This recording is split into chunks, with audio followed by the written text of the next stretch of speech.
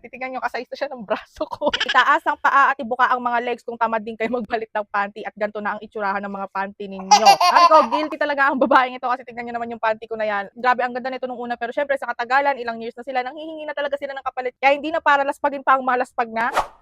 Bumili ako ng panibago, guys. Nagka-dengue ako last year. Siyempre, kinuhanan din ako ng ihe. Na-test yung ihi ko. Then, meron akong UTI. So, sa mga sinuggest or nirecommend ng doktor ko is yung mga cotton panties. Kasi tinanong niya ako kung mahilig ba ako mag-soft drinks. Hindi naman ako mahilig mag-soft drink. Tubig ako, guys. Hindi na ako nag-soft drinks. Matagal mag-1 year na ata ako nagbagong buhay. Okay yung lifestyle ko pagdating sa pagkain. Pero yun nga, nagkaroon ako ng UTI. Pagdating naman sa paghuhugas ng aking down there, hindi ako gumagamit ng kahit anong feminine wash. Water lang talaga. So, technically, guys, wala akong ginagamit na pwede mag-cause ng UTI except sa mga panty kong hindi na napapalitan kasi ilang years na talaga sila. So, dapat talaga nagpapalit tayo ng panty and cotton. Kaya sinabihan ako ng doktor ko na mas recommended talaga ang mga cotton na panty kasi dito, guys, nakakahinga yung ating mga kifi at hindi sila nagko-cause or nagbi-build up ng bacteria.